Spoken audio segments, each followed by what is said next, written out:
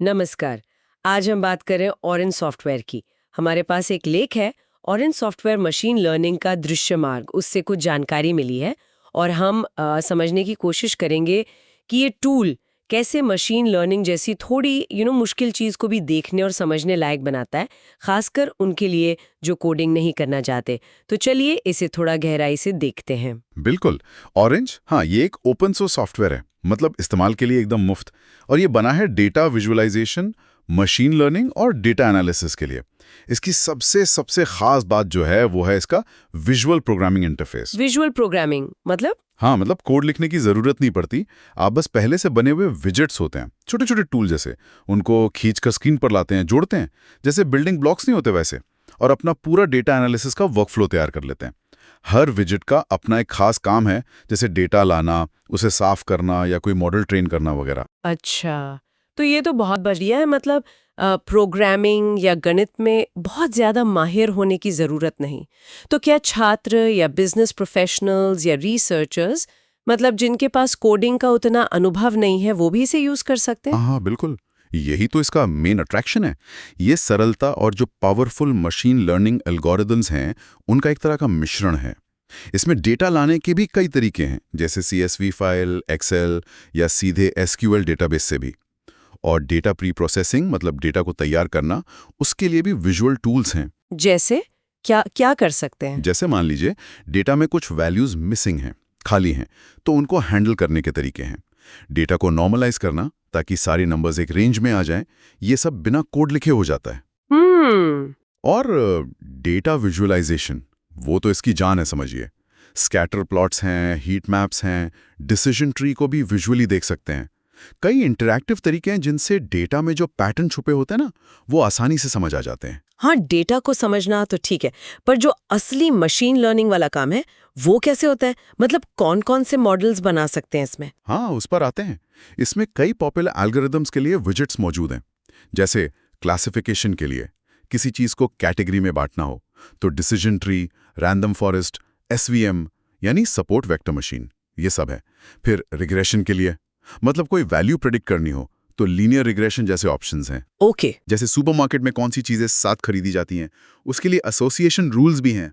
और सबसे अच्छी बात, आप इन अलग अलग मॉडल्स को ट्रेन कर सकते हैं, टेस्ट कर सकते हैं और उनकी परफॉर्मेंस की तुलना भी कर सकते हैं, सब विजुअली। ये तो वाकई काफी कुछ कवर करता है। पर क्या ये सिर्फ मतलब बेसिक एनालिसिस के लिए ही है या कुछ एडवांस चीजें भी हो सकती हैं? नहीं नहीं, ऐसा नहीं है। इसमें एड ऑन्स के जरिए आप इसकी क्षमताएं और बढ़ा सकते हैं। जैसे टेक्स्ट माइनिंग के लिए एड ऑन है, उससे आप सेंटीमेंट एनालिसिस कर सकते हैं, मतलब पता लगा सकते हैं कि कोई टेक्स्ट पॉजिटिव है, नेगेटिव है या न्यूट्रल। अच्छा। हाँ, फिर बायो इन्फॉर्मेटिक्स के लिए खास एड ऑन्स हैं जो जीनोमिक्स डेटा वगैरह के एनालिसिस में काम आते हैं। टाइम सीरीज एनालिसिस के लिए भी सपोर्ट है। और हाँ, अगर कोई एडवांस यूजर है जिसे थोड़ा और कंट्रोल चाहिए, तो वो अपने वर्क फ्लो में पाइथन स्क्रिप्ट भी जोड़ सकता है। तो ये काफी लचीला भी बन जाता है। समझ गई। तो फायदे तो साफ हैं, जो नए हैं उनके लिए आसान है, मुफ्त है और आइडियाज को जल्दी से प्रोटोटाइप करने के लिए बढ़िया है। लेकिन क्या इसकी कुछ कमियां या सीमाएं भी हैं? हाँ, बिल्कुल, कुछ सीमाएं तो हैं। देखिए, अगर डेटा सेट बहुत ही ज्यादा बड़ा है, मतलब टेराबाइट्स में, तो शायद टेंसरफ्लो या पाइटॉर्च जैसे जो डेडिकेटेड फ्रेमवर्क्स हैं, वो ज्यादा सक्षम होंगे। ऑरेंज शायद उतने बड़े स्केल पर उतना एफिशिएंट ना हो।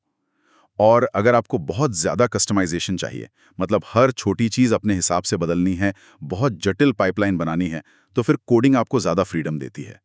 ऑरेंज का फोकस सरलता और विजुअल अप्रोच पर ज़्यादा है। बिल्कुल।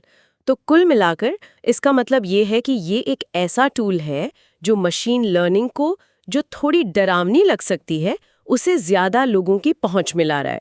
इसका इस्तेमाल, जैसा आपने बताया, शिक्षा में सिखाने से लेकर कंपनियों में ग्राहक डेटा समझने, हेल्थ केयर में शायद बीमारी के पैटर्न पहचानने और रिसर्च में जल्दी से मॉडल्स टेस्ट करने तक कई जगह हो रहा है। बिल्कुल सही कहा आपने।